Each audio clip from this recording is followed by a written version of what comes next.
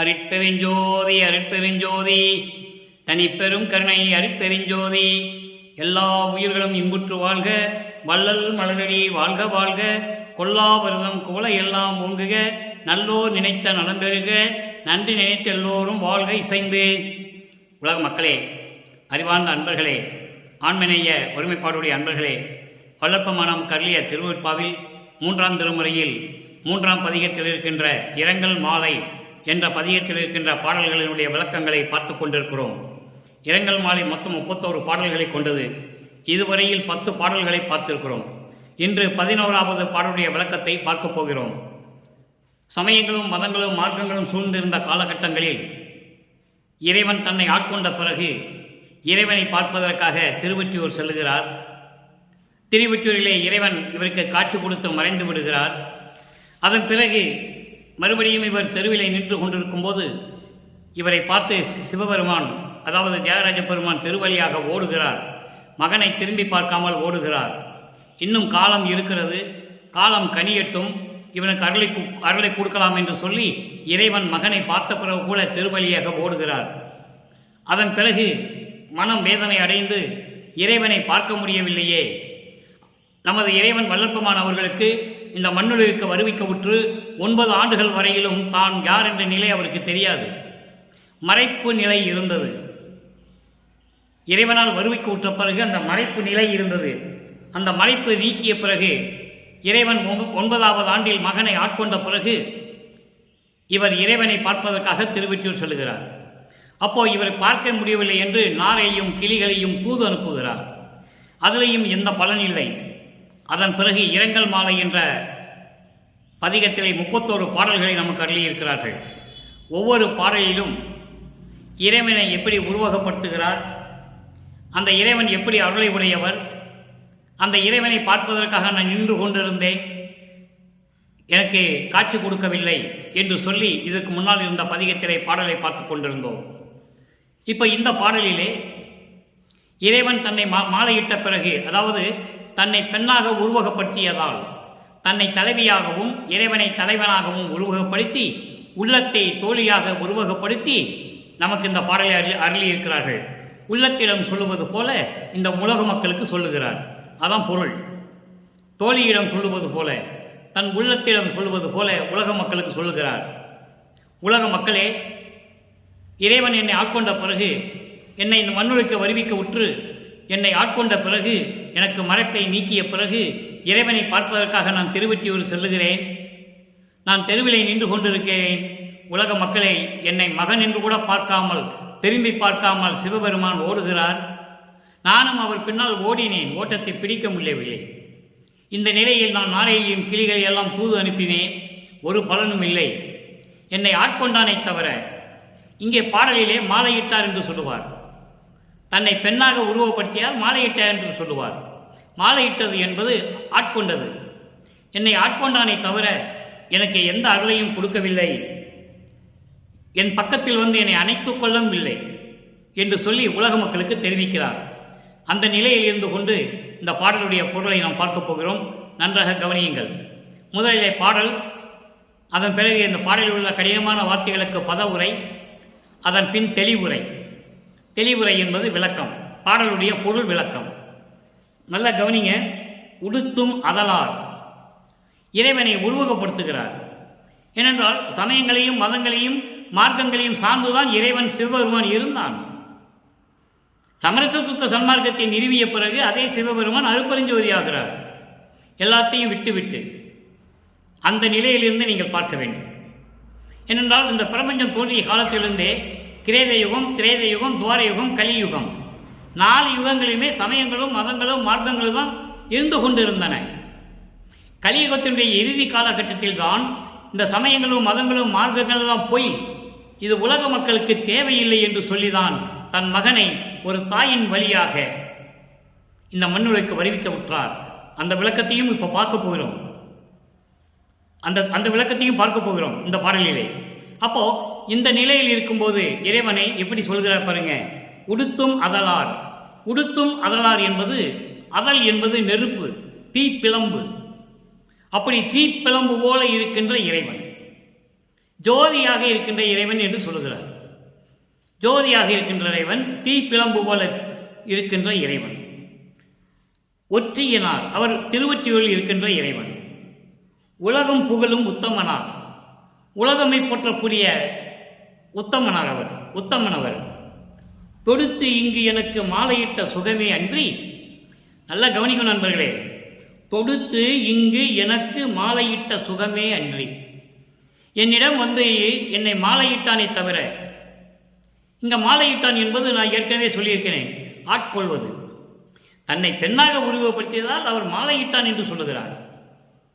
ஆக தன்னை ஆட்கொண்ட பிறகு என் உடனே படுத்தும் அறியார், என்னிடம் வந்து கலந்து கொள்ளவில்லை, என்னோடு சேர்ந்து அணைத்துக் கொள்ளவில்லை, எனக்குரிய பிரிவில் பொருள் ஓர் எல்லளவும் கொடுத்தும் அறியார், எனக்கு எந்த விதமான அருளையும் பொருளையும் ஒரு சிறிது அளவு கூட கொடுக்கவில்லை.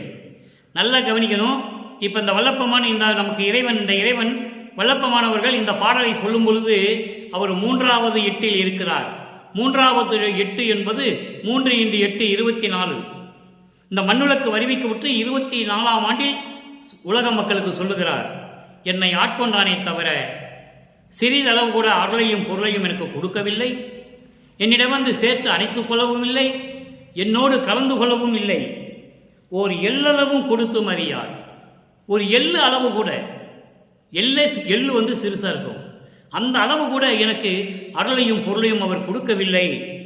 என் குறையை எவருக்கு கூறுவேனே, இந்த குறையை நான் யாரிடம் போய் சொல்லுவேனே தோழி என்று சொல்லி உலக மக்களுக்கு சொல்லுகிறார். உலக மக்களே, திருவொற்றியூரில் இருக்கின்ற இறைவன், நெருப்பு போல தோன்றிக் கொண்டிருக்கின்ற இறைவன், ஜோதி வடிவில் இருக்கின்ற இறைவன், உலக மக்கள் எல்லா உலகங்களும் போற்றக்கூடிய ஒரு இறைவன், உத்தமன், திருவொற்றியூரில் இருக்கின்ற இறைவன் என்னிடம் வந்து என்னை மாலையிட்டானே தவிர, அதாவது என்னை ஆட்கொண்டானே தவிர ஒரு எள்ளு அளவு கூட எந்த அருளையும் பொருளையும் எனக்கு கொடுக்கவில்லை, என்னை அணைத்துக் கொள்ளவில்லை, என்னோடு வந்து கலந்து கொள்ளவில்லை. இந்த குறையை உலக மக்களே நான் யாரிடம் போய் சொல்லுவேன்? தந்தையே மகனுக்கு கொடுக்க முடியாது என்று சொல்லும் பொழுது, தந்தையை மகனுக்கு கொடுக்க தயங்கும் போது நான் இந்த குறையை யாருகிட்ட போய் சொல்லுவேன் என்று சொல்லி உலக மக்களிடம் சொல்வது போல தன் உள்ளத்திடம் சொல்லுகிறார். இதுதான் இந்த பாடலுடைய பொருள். இப்போ சமயங்களும் மதங்களும் மார்க்கங்களும் சார்ந்த இந்த காலகட்டங்களில் வல்லப்பமானவர்கள் இறைவனை இப்படியெல்லாம் உருவகப்படுத்தி இறைவனை வேண்டியது உண்மை, அதாவது இறைவனை வேண்டி புகழ்ந்தது உண்மை, இறைவனை பற்றி புகழ்ந்து சொல்லுவதும் உண்மை. வல்லப்பமானவர்களும் அந்த காலகட்டங்களில் திருநூறு பூசிக்கொண்டு உத்தராச்சாரியம் அணிந்து கொண்டு சமய வழிபாடுகளிலே இருந்து கொண்டு இருந்ததும் உண்மை. இதை யாராலும் மறுக்க முடியாது. ஆனால் அந்த நிலை மாறுகிறது. காரணம், இந்த பிரபஞ்சம் தோன்றிய காலத்திலிருந்தே சாதி மதமும் சமயமும் காணா ஆதி அநாதையாம் அருப்பெருஞ்சோதி, சாதியும் மதமும் சமயமும் பொய்யென ஆதியில் உணர்த்திய அருப்பெருஞ்சோதி, இது அகவல்ல வருது. அப்போ அந்த நிலை மாற வேண்டும். காலகட்டங்கள் மாறுகிறது. கிரேதயுகம், திரேதயுகம், துவாரயுகம், கலியுகம் முடிந்து விட்டது. 4 யுகங்களும் முடிந்து விட்டது. கலியுகத்துடைய இறுதி கட்டத்தில்தான் இறைவனுடைய திருவிளையாடல் நடக்கிறது. காரணம், இந்த சமயங்களும் மதங்களும் மார்க்கங்களும் எல்லாம் பொய் என்று சொல்ல வேண்டும். யார் சொல்லுவது? பிரபஞ்சம் தோன்றிய காலத்திலே யாரும் சொல்லவில்லை. அப்போ சமயமும் மதமும் மார்க்கங்களும் பொய் என்று சொல்ல வேண்டும், உலக மக்களுக்கு தெரியப்படுத்த வேண்டும். அதற்காக தன் செல்வ பிள்ளையை, தன்னிடம் இருந்த செல்வ பிள்ளையை, தன் மகனை ஒரு தாயின் வழியாக இந்த மண்ணுலக்கு வருவிக்க செய்தார் அருப்பெருஞ்சோதி ஆண்டவர். யாருமே பொய் என்று சொல்லவில்லை. பிரம்மன், திருமால், ருத்திரன் முதல் பதத்தலைவர்களாக இந்த 5 தொழில் செய்து கொண்டிருந்தவர்கள் கூட சொல்லவில்லை. இப்ப 5 தொழில் வளர்ப்புமான் செய்து கொண்டிருக்கிறார் நமது இறைவன். அவர்கள் காலகட்டம் முடிந்து விட்டது. ஒவ்வொருவருக்கும் ஆயுசு குறிக்கப்பட்டது, ஆயுள் குறிக்கப்பட்டது, வயது குறிக்கப்பட்டது. வல்லப்பமானவர்களுக்கு வயது இல்லை. அவர் ஒவ்வொரு யுகத்திலும் இருக்கின்ற இறைவன், அவருக்கு வயதே கிடையாது. வல்லப்பமானை பற்றி சொல்லும்போது வயது குறிப்பிடவே கூடாது. வருவிக்க உற்ற நாள் முதல் அப்படிதான் சொல்லணும், அப்படிதான் சொல்லணும். அதான் உண்மை, அதான் சத்தியம். அப்போ பிரம்மனுக்கு 4,32,000 வருடம் ஆயுள், திருமாலுக்கு 8,64,000 வருடம். காரணம், பிரம்மன் காலமான உடனே, காலமானவது என்பது அருள் முடிந்த உடனே, அந்த பணி முடிந்தவுடனே, வயசு முடிந்தவுடனே படைப்பு தொழிலை திருமால் சேர்த்து செய்ய வேண்டும். அப்போ அவனுக்கு 2 பிரம்ம ஆயுசு, 8,64,000 வருடம். அதே போன்று திருமாலும் அவனுடைய ஆயுள் காலம் முடிந்த பிறகு, திருமாலுக்கு எப்போ ஆயுள் காலம் முடியுது? துவாரயோகத்தில் முடியுது.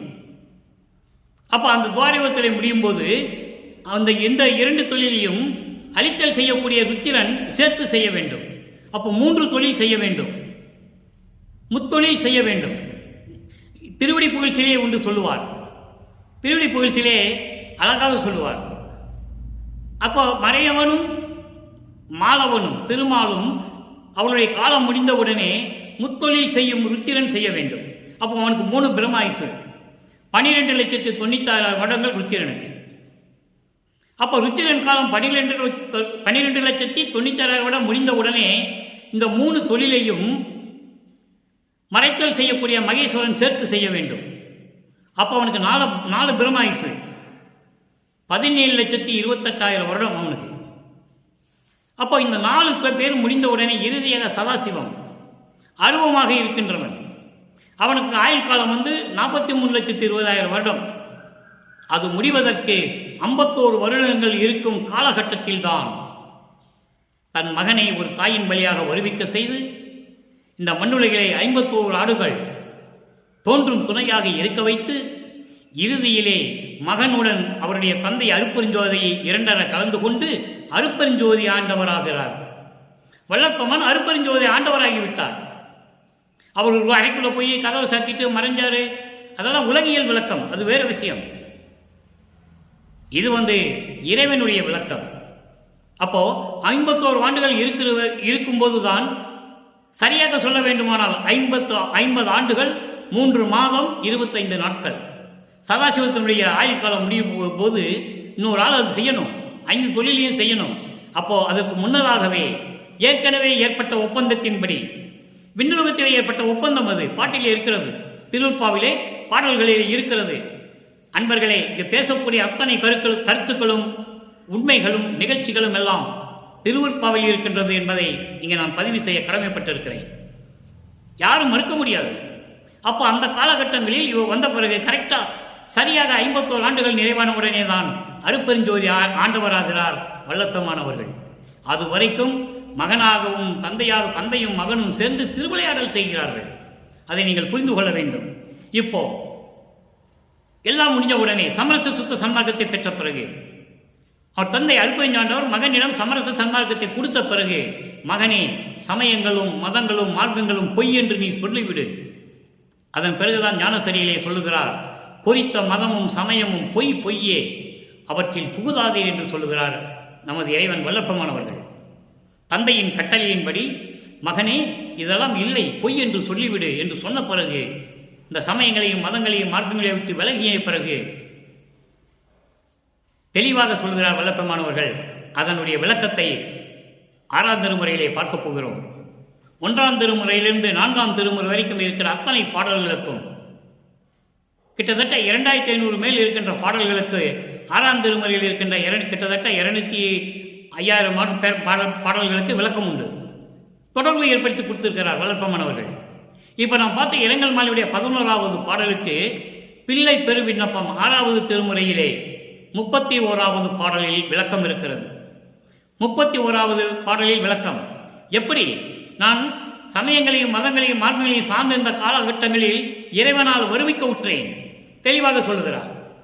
9 ஆண்டுகள் வரையும். அதன் பிறகு 9வது ஆண்டில் என் தந்தை அருப்பெருஞ்சாண்டவர் என்னை ஆட்கொண்ட பிறகு என்னுடைய மறைப்பு மட்டும்தான் நீங்குகிறது, இறைவன் எனக்கு எந்த அருளையும் கொடுக்கவில்லை, அதனால் நான் திருவெற்றியூருக்கு செல்கிறேன் என்று சொல்லி 1ஆம் திருமுறையிலிருந்து 4ஆம் திருமுறை வரைக்கும் நமக்கு கூறியிருக்கிறார்கள். இப்போ சமரச சுத்த சன்மார்க்கத்தை பெற்றது என்ன சொல்றாருன்னு பாருங்க. பிள்ளை பெருவிண்ணப்பம் 31வது பாடல். உற்ற தாரணியில் எனக்கு உலகு உணர்ச்சி உற்ற நாள் முதல், உற்ற தாரணியில் எனக்கு உலகு உணர்ச்சி உற்ற நாள் முதல் பெற்ற தாய். இந்த பெற்ற தாய்க்கு ஒரு விளக்கம் தரப்போறேன், நல்லா கவனிக்கணும் நீங்க. பெற்ற தாய் சின்னம்மையார் அவர்கள், அதில் எந்த விதமான மாற்றம் கிடையாது. பெற்ற தாய் சின்னம்மையார் அவர்கள், எந்த விதமான மாற்றம் கிடையாது, அதுதான் உண்மை. ஆனால் எப்படி பெற்ற தாய், அதுக்கு ஒரு விளக்கம் இருக்கிறது, நான் கூறுகிறேன். பெற்ற தாய் வாட்டம் பார்ப்பதற்கு அஞ்சி பேர் உணவு உண்டேன் சில நாள். அந்த உண்ட உணவு கூட அமுதமாயிற்று என்று சொல்லுகிறார். நல்லா கவனிக்கணும். நீங்க இந்த விட்லாச்சாரிய படத்தில் பார்த்துருப்பீங்க. அண்டாவா சோறு பலகாரங்கள்லாம் இருக்கும். ஒரு அரக்கன் வந்து சாப்பிடுவான், அப்படியே அதான் வந்து வாயில போகும், அண்டாவா போகும். இதெல்லாம் பார்த்துருப்பீங்க. அந்த மாதிரி தத்துவ சித்தி பெற்ற நமது இறைவன், குழந்தை இறைவன் வல்லப்பமானவர்கள் பெற்ற தாய்க்கு அஞ்சி உணவு உண்டேன், அதன் பிறகு அந்த உண்ட உணவு அமுதமாயிற்று. நீங்க பார்க்கணும், விளக்கத்தை பாருங்க. முதல்ல பாடலை பார்த்துருவோம். பெற்ற தாய் வாட்டம் பார்ப்பதற்கு அஞ்சி பேர் உணவு உண்டேன் சில நாள். சில நாள் உற்றவர் நேயர் அன்பு உளார் வாட்டம் உருவதற்கு அஞ்சினேன் உண்டனன். அஞ்சினேன் உண்டனன் ஒத்துக்கிறாரு. எப்படி ஒத்துக்கிறாரு? அது விளக்கம் தராரு. உண்டனன் உண்டேன் மற்ற இவை அல்லால் சுக உணா கொல்ல, சுக உணா கொல்ல மனம் நடுங்கியது நீ அறிவாய். இது பாடல். விளக்கம் பாருங்க. உற்ற தாரணியில் நல்ல விளக்கம், சுத்த சன்மார்க்க விளக்கம், இறைவனுடைய தயவாலையும் கருணையாலையும் பெற்ற விளக்கம். உலகில் இருக்கிறவங்க எந்த எண்ணெய் படித்தாலும் சரி, பிஹெச்டி படித்தாலும் சரி, இந்த விளக்கத்தை சொல்ல முடியாது. உலகியல் விளக்கம் தரலாம், இந்த பாடலுக்கு உலகியல் விளக்கம் தரலாம், அது இல்லை என்று சொல்ல முடியாது. உற்ற தாரணியில், உற்ற தாரணியில் என்ன அர்த்தம்? இந்த மண்ணுலகில் அப்படின்னு அர்த்தம். இங்க அப்படி இல்லை. உற்ற தாரணியில் என்பது நீ இந்த மண்ணுலகிற்கு என்னை வருவிக்க உற்ற உலகில் ஒரு தாயின் வழியாக இந்த மண்ணுலகிற்கு நீ வருவிக்க உற்ற நாளிலிருந்து எனக்கு உலக உணர்ச்சி உற்ற நாள் முதல். உணர்ச்சி, உலக உணர்ச்சி என்பது உலக வாழ்க்கையில் இருக்கின்ற அந்த நடைமுறைகள், பழக்க வழக்கங்கள், நடைமுறைகள், பழக்க வழக்கங்கள். அந்த நாள் முதல் சில நாள், உற்ற நாள் முதல் சில நாள் பெற்ற தாய் வாட்டம் பார்ப்பதற்கு அஞ்சி. பெற்ற தாய் வாட்டம் பார்ப்பதற்கு அஞ்சி. பெற்ற தாய் என்பது சின்னையம்மையர் அவர்கள் பெற்ற தாய் என்று சொல்லுகிறார். அதையே வல்லப்பமான் சொல்லுவார், உபசாரத்தால் பெற்ற தாய் என்பால் ஒருத்தி. அந்த தாய் தான் சின்னம்மையார். உபசாரத்தால் பெற்ற தாய், அதாவது அந்த அம்மாய் பெற்று கொடுக்க வேண்டும், அது உலகில் இருக்கிற கடமை என்று சொல்லுவார்கள். ஆனால் இறைவனுடைய விளக்கம் அதுமல்ல. இறைவனுடைய குழந்தையை சின்னையம்மை அவர்கள் வயிற்றிலே 10 மாதம் வைத்திருந்து கொடுக்க வேண்டும். இது இறைவனுடைய செயல். அதான் உபசாரத்தால் பெற்ற தாய் ஒருத்தி என்று சொல்லுவார். உபசாரத்தால் பெற்ற தாய் என்பான் ஒருத்தனுடைய விந்து அணுவிலிருந்து என்னை காப்பாற்றி, அந்த விந்து அணுவில் கொண்டு போய் விந்துவிலை அணுவாக கொண்டு வைத்து, அந்த பேரணு வந்து எந்த விதத்தாலும் பாதிக்கப்படாமல், துர்நாற்றத்தாலும், இந்த நெருப்பு, சூடு, உஷ்ணம், அதாலும் அழியக்கூடிய அளவிற்கு என்னை காப்பாற்றி, தாய் என்பால், உபசாரத்தால் பெற்ற தாய் என்பால் ஒருத்தியின் சோனி திரளில் சேர்த்து கருவறையிலே காப்பாற்றி கொண்டு போய் வைத்தாய். அதான் சொல்லுவார், கருவிடத்திலே காத்த தலைவனே என்று சொல்லுவார். கருவிடத்தை காத்த தலைவனே என்று சொல்லுவார். கருவில் கலந்த துணையே என்று சொல்லுவார். அப்போ ஒரு தாயின் கருவறையிலே இருக்கும் பொழுது, இந்த கருவறை இருட்டாக இருக்கிறது என்று சொல்லும்போது அருப்பெருஞ்சோதியை ஒளி காட்டுகிறார். பாட்டில் இருக்கிறது, உரைநடை பகுதியில் கூட இருக்கிறது. அங்கே கொண்டு போய் அருளமுதம் கொடுப்பார். மகன் சொல்லுகிறார், தந்தையை என் உடம்பு புழுக்கமாக இருக்கின்ற சொல்லும்போது அமுத காற்று வீசுகிறார். இப்படியெல்லாம் நடந்து கொண்டிருக்கிறது ஒரு தாயின் கருவறையிலே. அதங்க பெற்ற தாயின்னு சொல்றார். உபசாரத்தால் பெற்ற தாய் என்பால் ஒருத்தியின் கருவறையில் இருந்து 10 மாதம் நான் தங்கி இருந்து இந்த இந்த இந்த இடத்தை 1ஆம் திருமுறையிலே 5வது பதிகம் மகாதேவ மலையிலே 87வது பாட்டிலே சொல்வார். எம் பெருமான் நின் விளையாட்டு நான் என்னென்ன சொல்வேன், ஏதுமறியா இந்த சிறியேனை இரும்பு புலால் ரத்தம் குலைத்த புலால் சுவர் சொத்தை பொறு வீட்டில் இருக்க வைத்து, அழகா சொல்வார் அந்த பாட்டிலே. தத்துவங்களும் இந்த 5 பூதங்களும் என்னை எப்படியெல்லாம் மிரட்டின, அதுக்கெல்லாம் என்னை காப்பாற்றி கொண்டு வந்தாயே என்றெல்லாம் சொல்லுவார். அப்படிப்பட்ட ஒரு தாயின் கருவறையில் இருந்து நான் இந்த மண்ணுக்கு வருவிக்க உற்றவன். அப்படிப்பட்ட தாய், அப்படிப்பட்ட தாய் வாட்டம் பார்ப்பதற்கு, முகவாட்டத்தை, மனவேதனையை பார்ப்பதற்கு அஞ்சி பேர் உணவு உண்டனன் சில நாள். பேர் உணவு என்பது பேருக்காக சொல்லுவாங்களே, சும்மா பேருக்காக போயிட்டு வாடா அப்படின்னு சொல்லுவாங்க உலகியல்ல. சும்மா ஒரு ஆளா போயிட்டு வா, ஒரு பேருக்காவது போயிட்டு வா அப்படின்னு சொல்லுவாங்க. அந்த மாதிரி பேருக்காக விருப்பம் இல்லாமல் நான் உணவு உண்டேன் சில நாள். அந்த உணவும் அமுதமாயிற்று என்பதை பிற்காலத்தில் ஆறாம் திருமுறையிலே ஒரு பாடலிலே சொல்லுவார். அதாவது எனக்கு தெரியாத பருவத்தில் நான் உண்ட உணவெல்லாம் எனக்கு அமுதமாயிற்று என்று சொல்லுவார். நல்லா புரிஞ்சுக்கணும் நீங்க. அதுக்கப்புறம் அவர் உண்ணவில்லை. நல்லா கவனிக்கணும்.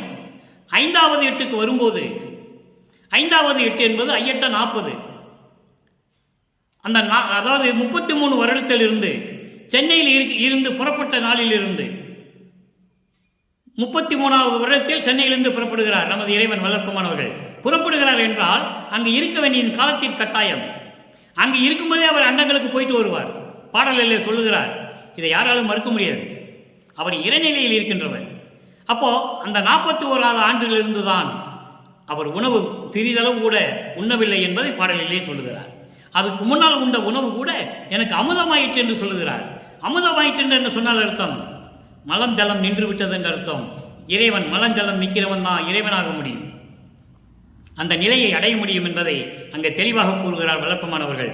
அப்படி என் பெற்ற தாய் உலகிலே வந்த பிறகு உன்னால் இந்த மண்ணுக்கு வருவிக்க உற்று இந்த உலக நடையிலே, உலக வாழ்க்கையிலே, பழக்க வழக்கங்களில் நான் இருந்தபோது சில நாள் பெற்ற தாய் வாட்டம் பார்ப்பதற்கு, பெற்ற தாய் என்னை 10 மாதம் வயிற்றிலிருந்து இந்த மண்ணுக்கு கொடுத்த தாய், அப்படிப்பட்ட தாயினுடைய முகம் வாட்டமடையாமலும் மனம் வேதனைப்படாமலும் இருப்பதற்காக அஞ்சி பயந்து பேருக்காக, சும்மா ஒரு கடமைக்காக விருப்பம் இல்லாமல் நான் உண்டனன் சில நாள்.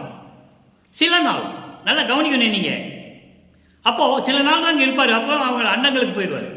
குழந்தையை காணமேன்னு தேடும்போது வந்து நிற்பார். இதான் விஷயம். இது பிரபஞ்சத்தின் சூட்சமமான விளக்கம். அப்ப மித்த நாள் எங்க போனாரு சொல்லணும்ல. சில நாள் இங்க இருந்தாரு. அப்ப அவர் இல்லை, எங்கேயோ காணோம், எங்கேயோ போயிட்டாருன்னு சொல்லியிருக்காங்க. உலக நடையிலே செவி வெளி வந்த செய்திகள்லாம் உண்டு. எங்க போயிடுறாரு அவர் சொல்றாரு. தத்துவங்களை தனித்தனியாக கடந்தேனேன்னு சொல்றாரு. ஒவ்வொரு தத்துவத்தை கடப்பதற்கு என்னென்ன சிரமப்பட வேண்டும். அப்ப அங்க போயிடுவாரு, அண்டங்களுக்கு போயிடுவாரு. நல்லா புரிஞ்சுக்கணும் நீங்க. அப்போ அப்படியெல்லாம் நான் உண்டனன் சில நாள். உண்மைதான். உற்றவர், சொந்தக்காரங்க, நேயர், அன்பர்கள், என்னுடைய நண்பர்கள், அன்பு கொண்டவர்கள், என்னுடைய சுற்றம் சூழ்ந்தவர்கள், அன்பு கொண்டவர்கள், நேயர்கள், அன்பர்கள் எல்லாமே மனம் வேதனைப்படுவார்களே என்பதற்காக, மனம் வேதனைப்படுவார்கள், வாட்டம் உருவதற்கு அஞ்சினேன். அவர்கள் மனம் வேதனைப்படுமே, அவர்களுடைய மனம் துன்பப்படுமே என்பதற்காக சில நாள் உண்டு. தெளிவா சொல்றாரு. அப்படி என்ன பின்னாளில் என்ன சொல்வாரு? அது அமுதமாக மாறிவிட்டது என்று சொல்லுவார். நான் உண்ட உணவெல்லாம் அமுதமாக மாறிவிட்டது என்று சொல்லுவார். மற்ற இவை அல்லால், இதையெல்லாம் தவிர சுக உணா கொள்ள மனம் நடுங்கியது நீ அறிவாய். அறுசுவை உணவுகளை உண்ண வேண்டும் என்று இந்த மனம் நினைக்கும் போது நான் எப்படி நடுங்கினேன் தெரியுமா? என்ன அருமையா சொல்றார் பாருங்க. சுக உணா கொள்ள, சுக உணவு என்றால் சுவை தரக்கூடிய அறுசுவை உணவுகள், சுவைகளோடு கூடிய அந்த உணவை உண்பதற்கு நினைத்த போது கூட மனம் நடுங்கியது நீ அறிவாய். இது பாடலிய விளக்கம். ஆக அருளை பெற்ற பிறகு, சமரச சுத்த சன்மார்க்கத்தை பெற்ற பிறகு, இறைவன் அருப்பறிந்துவதை ஆண்டவர் என்று தெரிந்த பிறகு, சமயங்களையும் மதங்களையும் மார்க்கங்களையெல்லாம் விட்டு வரும்போது இறைவன் பிள்ளை பெரு விண்ணப்பத்தில் இந்த பாடலை நமக்கு அருளியிருக்கிறார்கள். அடுத்து பாருங்க, பதிகம் 25 அனுபோக நிலையம். அனுபோக நிலையம் இறைவனுடைய அருளை பெற்றது. 1வது பாடல். இங்க 11வது பாடலுக்கு அங்க 1வது பாடலிலே விளக்கம் இருக்கிறது. இனி பிரிந்து இறையும் இருக்கிறேன். 3ஆம் திருமுறையிலே இன்று நாம் பார்த்த பாடலில் என்ன சொல்லுவார்? என்னை அணைத்துக் கொள்ள முடியவில்லை, என்னோடு கலந்து கொள்ளவில்லை, ஆட்கொண்டாரே தவிர ஒரு பொருளையும் அருளையும் எனக்கு கொடுக்கவில்லை என்று சொல்லுகிறார். அங்கே அப்போ அவர் மதங்களையும் சமயங்களையும் மார்க்கங்களையும் சார்ந்திருந்த நிலை இருந்துதான் ஆக வேண்டும். காலத்தின் கட்டாயம். இறைவன் அப்படிதான் அவரை வருவிக்க செய்தார். என மக்களிடம் சொல்ல வேண்டுமே. ஒன்றுமே சொல்லாமல் நேரடியாக வந்தால் மக்கள் ஏற்றுக்கொள்ள மாட்டார்கள். தான் அனுபவித்ததாக எல்லாத்தையுமே நான் அனுபவித்து பார்த்து விட்டேன், எல்லாத்தையும் பார்த்து விட்டேன் என்று சொல்லும்போது மக்களிடம் சொல்லுவதற்கு ஒரு தகுதி வேண்டும் என்பதற்காகத்தான் அவர் ஒரு தாயின் வழியாக இந்த மண்ணுக்கு வருவிக்க விட்டார் என்பதை இங்கே பதிவு செய்ய நான் கடமைப்பட்டிருக்கிறேன். பன்மார்க்கம் கடந்தேன் என்று சின்னம்பிடி, 6ஆம் திருமுறையிலே சின்னம்பிடி என்ற பதிகத்திலே வழக்கமான இந்த பாடலிலே நமக்கு கூறுவார்கள். பன்மார்க்கம் கடந்தேன் என்று சின்னப்பிடி, இந்த சமயங்களையும் மதங்களையும் மார்க்கங்களால் நான் கடந்து விட்டேன். 12 மேல் நின்று சின்னம்பிடி. 12 மேல் என்பது 13வது நிலை, திரையோதச நிலை. அதுதான் ஞான சரியை, அதுதான் மரணமில்லா பெருவாழ்வு. அப்போ அந்த சரியை கிரியை யோகம் முன்னாங்க 12 நிலையை தள்ளிடுறது. அது சமயங்களையும் மதங்களையும் மார்க்கங்களையும் சார்ந்தது. அதை முடிச்சுட்டு தான் ஞான சரிக்கு வரும்போது தான் சுத்த சன்மார்க்கத்தை பெறுகிறார். அதை தான் இங்கே சொல்கிறாரு, இனி பிரிந்து இறையும் இருக்கிலே, இனிமே உன்னை விட்டு பிரிந்து சிறிது அளவு கூட நான் இருக்க முடியாது. அதெல்லாம் என்னால் சகித்துக் கொள்ள முடியாது. பிரிவை எனினும் ஐயவோ, அந்த பிரிவை நினைக்கும் போது கூட நான் உன்னை விட்டு பிரிய மாட்டேன். அந்த பிரிவை நினைக்கும் போது கூட எப்படி சொல்றார் பாருங்க, அந்த பிரிவை எனினும் ஐயவோ மயங்கும், உள்ள மயங்குதான் அவருக்கு, உள்ள மயங்குது. எப்படி? பனிப்பில் என் உடம்பும், பனிப்பில் என்பது துன்பம், பனிப்பு என்பது துன்பம், துயரம், எது வேணாலும் நீங்கள் எடுத்துக்கலாம், பயம் கூட எடுத்துக்கலாம். உன்னை விட்டு பிரியும் என்று நினைக்கும் போதே எனக்கு அந்த துன்பமும் அந்த துயரமும் அந்த பயமும் என் உடம்பும் என் உயிரும் உணர்வும் பரதவிப்பதை நீ அறிந்திலையோ? எப்படியெல்லாம் பரதவிக்கிறேன், எப்படியெல்லாம் நான் நடுங்கிக் கொண்டிருக்கிறேன், இதெல்லாம் உனக்கு தெரியாதா? தனிப்படும் ஞானவெளியிலே இன்பத்தனி நடம்புரி தனித்தலைவா. எவ்வளவு அற்புதமா சொல்ற பாருங்க. ஏன் தனித்தலைவன் சொல்றாரு? ஏன்னா தனிப்படும் ஞானவெளின்னு சொல்றாரு. ஞானவெளிதான் சிவஞான வெளி. அந்த சிவஞானி வழிதான் 16வது நிலை. ஞானத்தில் ஞானம், சிவ அனுபவம். அதுக்கெல்லாம் யாரும் போனதே கிடையாது இது வரைக்கும். எல்லாமே 12 நிலைகளோடு சரி, யாரும் இந்த நிலைக்கு போகவே இல்லை. எத்தனையோ கோடி கோடிய பேனர்கள் இந்த பிரபஞ்சத்தில் தோன்றினார்கள். இறைவனுடைய சிறிதளவை பெற்றுக்கொண்டு அந்த அளவோடு போயிட்டாங்க. எல்லாம் முத்தி நிலையோடு போயிட்டாங்க. கர்ம சித்தி யோக சித்தி அடைஞ்சிட்டு போயிட்டாங்க. ஞான சித்திக்கு யாரும் வரல. அதை வளர்ப்பமான் உந்தியார் திருவுந்தியார் என்ற பதிகத்திலே 6ஆம் திருமுறையிலே 64வது பதிகத்திலே 10வது பாடலிலே சொல்லுவார், முத்தியை பெற்றேன், அம்முத்தியினால் ஞான சித்தியை உற்றேன். முத்திக்கு அப்புறம் ஒரு நிலை இருக்கிறது என்று சொல்லுவார். அகவலிலே சொல்லுவார், முத்து என்பது நிலை முந்து ஒரு சாதனம், அத்தகைய என்ற அருப்பெருஞ்சோதி என்று சொல்லுவார். அதன் பிறகு சித்தி நிலையை சொல்லுவார். சித்தி என்பது நிலை சேர்ந்த அனுபவம். நிலை சேர்ந்த அனுபவம் என்பது மெஞ்ஞான நிலை சேர்ந்த அனுபவம், ஞான நிலையை சேர்ந்த அனுபவம். அதுதான் 16வது நிலையை சேர்ந்த அனுபவம். அப்படி புத்திக்கு அப்புறம் ஒரு சித்தி இருக்கிறது என்பதை வல்லப்பமான ஒருவருக்கு தான் தெரியும், வேறு யாருக்கும் தெரியாது. முத்தியை பெற்றேன், அம்முத்தியை நான் ஞான சித்தியை பெற்றேன் என்று உந்திப்பெற, சித்தன் ஆனேன் என்று உந்திப்பெற. ஞான சித்தியை பெற்றவன் தான் இறைவனாக முடியும். இந்த பிரபஞ்சத்தில் அருப்பெருஞ்சோதி ஆண்டவரை தவிர இறைவனானது வல்லப்பெருமான் ஒருவர் தான் என்பதை இங்கே மகிழ்வோடும் பெரும் பூரிப்போடும் சொல்லிக்கொள்ள விரும்புகிறேன். அப்படி இருந்த இறைவன் பரிதவப்பதை நீ அறிந்திலையோ? தனிப்படும் ஞானவெளியிலே, ஒப்பற்ற இறைநிலையோடு இருக்கின்ற அந்த ஞானவெளி, சிவஞான வெளியிலே, அந்த 16வது வெளியிலே பேரின்பமாக அருள் நடனம் புரிந்து கொண்டிருக்கின்ற தனி தலைவா, யாரிடம் ஒப்பிட முடியாத தலைவன், யாருக்கும் நிகரில்லாத தலைவன், சமரச சுத்த சன்மார்க்க தலைவன் அருப்பெருஞ்சோதி ஆண்டவர். அதான் தனித்தலைவா என்று சொல்லுகிறார். கனிப்பயன் தருதற்கு தகுதம் இருந்தருள் கலந்தருள் கலந்தருள் எனையே, என்னை கலந்து அருள் அருள் எனையே என்று சொல்லுகிறார். கனிப்பயன் என்பது எல்லா அருளையும் கொண்டு எல்லா அருள் வல்லவத்தையும் கொண்ட இறைவனே, அந்த அருள்களையெல்லாம் தருவதற்கு இதுதான் நல்ல நேரம், என்னோடு இரண்டர கலந்தருள் எனையே சொல்லுகிறார். அங்கே சமயங்களையும் மதங்களையும் மார்க்கங்களையும் சார்ந்து கொண்டிருந்த பொழுது இறைவன் இவரை என்னன்னே கண்டுகொள்ளலை. அதான் சொல்றார், அங்கே என்னை வந்து கலந்து கொள்ளவில்லை, என்னை கொண்டு வந்து அணைத்துக் கொள்ளவில்லை, எனக்கு எந்த அருளையும் கொடுக்கவில்லை என்று அங்கே சொல்லுவார். சமரச சுத்த சன்மார்க்கத்தை பெற்ற பிறகு இறைவன் எப்படி சொல்றார் பாருங்க, என்னை கலந்து அருள வேண்டும் என்னையே என்று சொல்லுகிறார். அடுத்த ஒரு நிலைக்கு விளக்கம் 28வது பதிகம் அபயத்திறன் 11வது பாடல். 3வது பதிகத்திலே இரங்கல் மாலை என்ற பதிகத்திலே 11வது பாடலுக்கு இங்கே ஒரு விளக்கம் இருக்கிறது. 6ஆம் திருமுறையிலே சமயங்களையும் மதங்களையும் மார்க்கங்களையும் சாராத நிலையில் இருக்கின்ற சமரச சுத்த சன்மார்க்கத்தில் இருக்கின்ற அருப்பெருஞ்சோதி அபயத்திறங்களை எப்படி சொல்றார் பாருங்க. 11வது பாடல். படம்புரி பாம்பில் கொடியனேன், தன்னை தாழ்த்திக் கொள்ளுகிறார் இறைவனிடம். படம் எடுக்கிற நாகப்பாம்பை விட நான் கொடியவன், விஷம் கொண்ட பாம்பை விட நான் கொடியவன் என்று சொல்லுகிறார். தன்னை தாழ்த்திக் கொள்கிறார் தந்தையிடம் பேசும்போது. கொடியனேன், கொடிய பாவியில் பாவியேன், பாவி செய்யும் பாவ செயல் செய்வதை விட நான் மேலானவன். அப்படிப்பட்ட பாவி நான், தீமைக்கு இடம் புரிந்த மனத்தேன், மனதிலே தீமைகளுக்கு மட்டும் செயல்பட நான் சம்மதித்தேன். இடம்புரி மனத்தேன், இரக்கம் ஒன்றிலேன், எனக்கு எந்த இரக்கமும் இல்லை. உயிரிடத்தில் தயவும் கருணையும் காட்டுவதற்கு எனக்கு அறிவில்லை. அதான் பேருபதேசர் சொல்லுவார், எனக்கு அற்ப அறிவு இருந்தது, அதனால் நான் எல்லாவற்றையும் பாடிவிட்டேன், சமயங்களையும் மதங்களையும் மார்க்கங்களையும் சார்ந்து இருந்து விட்டேன். அதையெல்லாம் விட சொல்லிய அருப்பெருஞ்சாண்டவர் சொன்னதனால் விட்டேன், எனக்கு ஏறான் இலைமிசை கிடைத்தது. தெளிவாக சொல்லுவார். அதை தான் இங்கே சொல்கிறார், இரக்கம் ஒன்றிலே எனினும் துணை எந்த விதத்தும் திடம்புரி. இருந்தாலும் கூட நான் பாம்பை விட கொடிய விஷம் கொண்டவன், பாவ செயல்கள் செய்யக்கூடியவர்களெல்லாம் நான் தலைவனாக இருக்கின்றேன்.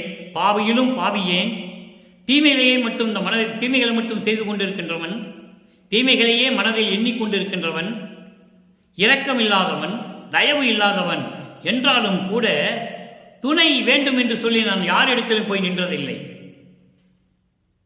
எந்த பதத்தலைவனும் சரி, எந்த முனிவனும் எந்த ரிஷிகிட்டையும் போய் நான் நீதான் எனக்கு துணை என்று நான் சொல்லவில்லை, நான் போய் நிற்கவில்லை.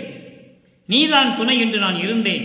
திடம்பூரி நின் பொன்னி அடித்துணை, எனவே நின் திருவடிகள் தான் எனக்கு அடைக்கலம் என்று சொல்லி உன்னிடையே நான் சிந்தனை செய்து கொண்டிருந்தேன். சிந்தனை செய்து இருக்கின்றேன், உன்னையே நினைத்து கொண்டிருக்கின்றேன். உள்ளத்தில் எப்பொழுதுமே உன்னை நினைத்து கொண்டிருக்கிறேன். வேறு யாருடைய துணையும் எனக்கு தேவையில்லை என்று சொல்லுவார். அழகாக இதையெல்லாம் ஒரு பாடலிலே சொல்லுவார். விருப்பிலேன் மாலையன் பதவி வேண்டிக் கொள் என விளிம்பினும் கொல்லேன். அழகாக சொல்லுவார், நான்முகன் வாழ்வு எனக்கு தேவையில்லை, மாலவன் வாழ்வு எனக்கு தேவையில்லை, ருத்திரன் வாழ்வு எனக்கு தேவையில்லை, விண்ணோர் வேந்தனாகிய இந்திரனுடைய வாழ்க்கையும் எனக்கு தேவையில்லை, உன் அருள் இருந்தால் போதும் என்று சொல்லுவார் ஒரு பாடலிலே. அற்புதமாக இருக்கும். அந்த மாதிரி சொல்றாரு, நான் வேறு இதெல்லாம் நான் இருந்தாலும் கூட துணை என்று சொல்லி நான் யார்கிட்ட போய் நின்னதில்லை. அருள் வல்லமை தரக்கூடிய உன் திருவடிகளையே பற்றி நின்று கொண்டிருக்கிறேன், அதுவே எனக்கு துணை என்று நான் சிந்தனை செய்து கொண்டிருக்கிறேன் என்று சொல்லுகிறார். சிந்தனையை செய்து இருக்கின்றேன். நடம்புரி கருணை நாயகா, உன்னையே நம்பினேன் கைவிடல் என்னையே, உன்னையே நம்பினேன் என்னை கைவிட்டுறாத என்று சொல்லுகிறார். அடுத்த ஒரு நிலைக்கு விளக்கம் 59வது பதிகம். இனித்த வாழ்வு அருள் எனல். இனித்த வாழ்வு அருள் எனல் என்பது வேண்டுகோள். 6ஆம் திருமுறையிலே வேண்டுகோள் என்ற பதிகம் இருக்கிறது. 59வது பதிகம். அதை இனித்த வாழ்வு அருள் என்று கூட சொல்லலாம். அருள் எனல். எனல் என்பது வேண்டுவது, முறையீடு செய்வது, விண்ணப்பம் வைப்பது. அதை தான் சொல்லுகிறார். நல்ல பாருங்க. உரத்த வானகத்தை உரத்தவா, ஞான ஒளியினால் ஓங்கும் ஓ சித்தி புறத்தவா, பெரியோர் புறத்தவா, குற்றம் பொறுத்து அடியேன் தனக்கு அளித்த வரத்தவா, உண்மை உரத்தவா. எவ்வளவு எதுகு மனையோட ரொம்ப எளிமையா இறைவன் நமக்கு கொடுத்துருக்காரு பாருங்க. ஆகமங்களும் மறைகளும் காணா தரத்தவா, அறிவா கரத்தவா, பொதுவில் தனித்தவா, இனித்த வாழ்வருளே. இது பாடல். உரத்த வானகத்தே உரத்தவா, என் உள்ளத்திலே ஒப்பற்ற நிலையில் அருள் வலிமையோடு என் உள்ளத்திலே இருக்கின்ற அருள் வல்லமம் பெற்ற இறைவனே, அருப்பெருஞ்சோதியே. அதை தான் சொல்லுகிறார். உரத்த வானகத்தே உரத்தவா. எவ்வளவு அருமையா இருக்கு பாருங்க விளக்கம். இது இறைவன் விளக்கம், சமரச சுத்த சன்மார்க்க விளக்கம். ஞான ஒளியினால் ஓங்கும் ஒரு சித்திபுரத்தவா. சித்திபுரம் என்பது வடலூர். வடலூர் சத்தியஞான சபையிலே இருக்கின்ற அருப்பெருஞ்சோதியாக விளங்கிக் கொண்டிருக்கின்ற இறைவனே என்று சொல்லுகிறார். அதான் ஞான ஒளியினால் ஓங்கும் சித்திபுரத்தவா. வடலூர் சத்தியஞான சபையிலே அருப்பெருஞ்சோதியாக விளங்கிக் கொண்டிருக்கின்ற அருப்பெருஞ்சோதி ஆண்டவரே, பெரியோர் புறத்தவா, பெரியோர்களெல்லாம் போற்றக்கூடிய பெருவெளியில் இருந்து கொண்டிருக்கின்ற இறைவனே, குற்றம் பொறுத்து அடியேன் தனக்கு அளித்த எனது குற்றங்களை எல்லாம், என்ன குற்றங்கள்? சமயங்களிலும் மதங்களிலும் சார்ந்தங்களிலும் சேர்ந்து நான் செய்த குற்றங்களை எல்லாம் எல்லாவற்றையும் மன்னித்து எனக்கு அடியேனுக்கு வாழ்வளித்த வரத்தவா, வரங்களை எல்லாம் கொடுத்த இறைவனே, அருப்பெருஞ்சோதியே, உண்மை உரத்தவா, எனக்கு இந்த பிரபஞ்சத்தினின் உண்மைகளை எல்லாம் எனக்கு சொல்லிய இறைவனே, அருப்பெருஞ்சோதியே, ஆகமங்களும் மறைகளும் காணா. ஆகமங்கள் என்பது சிவநெறி நூல்கள், மறைகள் என்பது வேதங்கள். வேதங்களும் சிவநெறி நூல்களும் காண முடியாத தரத்தவா, காண முடியாமல் ஒப்பற்ற நிலையில் இருக்கின்ற, யாரும் காண முடியாமல் அறிய முடியாமல் இடத்தில் இருக்கின்ற இறைவனே, தரத்தவா, தகுதியுடையவனே, அந்த தகுதியில் இருக்கின்றவனே, அறிவா, அறிவுக்கு அறிவானவன் என்று சொல்லுவார், மெஞ்ஞான அறிவுள்ள இறைவன் என்று சொல்லுவார். அப்படிப்பட்ட இறைவனே, கரத்தவா, எல்லா அருள் வல்லமைகளையும் இந்த பிரபஞ்சத்தையும் தன் கையில் ஆண்டு கொண்டு கையில் வைத்துக் கொண்டு இயக்கிக் கொண்டிருக்கின்ற இறைவனே, பொதுவில் தனித்தவா, சத்தியஞான சபையில் தனித்த முறையில் ஒப்பற்ற நிலையில் இருக்கின்ற அருப்பெருஞ்சோதி ஆண்டவா, எனக்கு இனித்த வாழ்வர்களே, எனக்கு சுக வாழ்வர்களே என்று சொல்லி இந்த பாடலை அள்ளியிருக்கிறார்கள். இறுதியாக ஒரே ஒரு விளக்கம். 112வது பதிகம் மெய்யருள் வியப்பு, 61வது பாடல். இங்கே இருக்கின்ற 3வது பதிகத்தில் இருக்கின்ற 3ஆம் திருமுறையில் இருக்கின்ற 11வது பாடலுக்கு அங்கு 61வது பாடலிலே விளக்கம் தருகிறார். ஏனென்றால் இங்கே சொல்லுகிறார், இந்த பாடலிலே, எனக்கு ஆட்கொண்டனை தவிர எனக்கு எந்த அருளையும் பொருளையும் கொடுக்கவில்லை, எந்த நிலையிலும் என்னை பார்க்கவில்லை, என்னோடு கலந்து கொள்ளவில்லை என்று அங்கே சொல்லுவார். இங்கே சமயங்களையும் மதங்களையும் மார்க்கங்களையும் எல்லாம் ஒதுக்கிவிட்டு சமரச சுத்த சன்மார்க்கத்தை பெற்ற பிறகு மெய்யருள் வியப்பிலே 67 பாடல்களை சொல்லுவார். அருளும் பொருளும் பெற்றேன், அங்கே பெறவில்லை என்று சொல்லுவார், இங்கே பெற்றேன் என்று சொல்லுவார். இதை நீங்கள் நன்றாக கவனித்துக் கொள்ள வேண்டும், மனதில் வைத்துக் கொள்ள வேண்டும். இறைவனுடைய நிலையை நீங்கள் புரிந்து கொள்ள வேண்டும். வல்லப்பெருமான் கடவுள் நிலையில் இருக்கின்றவர். அருளும் பொருளும் பெற்றேன், அருளும் அவருடைய செல்வங்களை எல்லாம் நான் பெற்றுக்கொண்டேன். அடியனாகி நானுமே அருளும் பொருளும் பெற்றேன். அஞ்சேன், இனிமேல் பயப்பட மாட்டேன். நான் யாருக்காக பயப்பட வேண்டும்?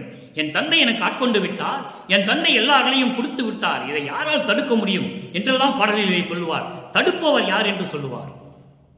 அதன் விளக்கத்தை நாம் பார்த்திருக்கிறோம். அதான் சொல்றேன், நான் அஞ்சேன், இனிமேல் யாருக்கும் பயப்பட மாட்டேன். மாயை வினைகளுக்கு ஒரு சிற்றளவும் கூட, இந்த மாயைகளும் வினைகளுக்கும் துன்பங்களுக்கும் துயரங்களுக்கும் நான் சிறிது அளவு கூட இனிமேல் நான் பயப்பட மாட்டேன். என் தந்தை என்னோடு வந்துவிட்டார், நான் நரளாட்சி செய்து கொண்டிருக்கிறேன், என்னை யாரும் ஒன்றும் பண்ண முடியாது, எனக்கு நிகர் யாருமே இல்லை என்று சொல்லுவார். அற்புதமாக இருக்கும். சிறியளவு கூட நான் பயப்பட மாட்டேன். இருளும் நிறத்து கூற்றை துரத்தி அருள் சிற்ஜோதியே, எந்தன் அகத்தும் புறத்தும் விளங்குகின்ற வாதியே. இருள் நிறத்து என்பது என்ன? பயத்தை தரக்கூடிய கூற்று, மரணம். பயத்தை தரக்கூடிய அந்த யமனை துரத்தி, அந்த மரணத்தை துரத்தி, அதான் இருள் நிறம் என்பது. இருள் நிறம் என்பது கடும் இருட்டு. கடும் இருட்டு பார்த்தால் எப்படி வரும்? பயம் வரும்.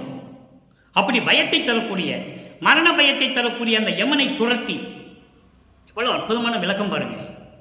மரணத்தை தரக்கூடிய அந்த பயத்தை உண்டாக்கக்கூடிய, மரணத்தை உண்டாக்கக்கூடிய அந்த பயத்தை கொடுக்கக்கூடிய யமனை துரத்தி அருள் சிற்ஜோதியே.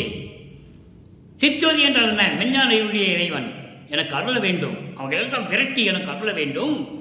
எந்த அகத்தும் புறத்தும் விளங்குகின்ற, என் உள்ளத்திலும் வெளியிலும் விளங்கிக் கொண்டிருக்கின்ற, அதாவது சூட்சம உடல், அது அகம்புறம் என்று சொல்கிறார்.